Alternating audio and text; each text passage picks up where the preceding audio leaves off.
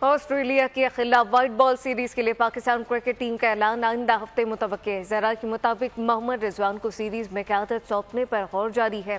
حتمی فیصلہ chairman P C be اور سلیکٹر کی مشاورت سے ہوگا۔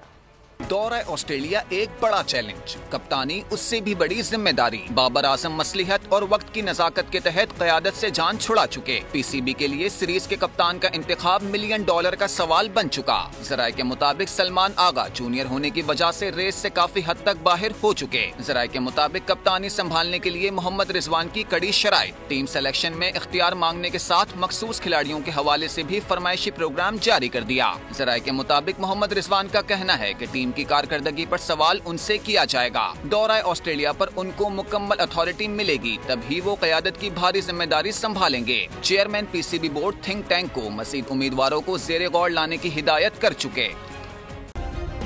سبسکرائب کریں اور بیل دبائیں تاکہ کوئی خبر رہ نہ جائے۔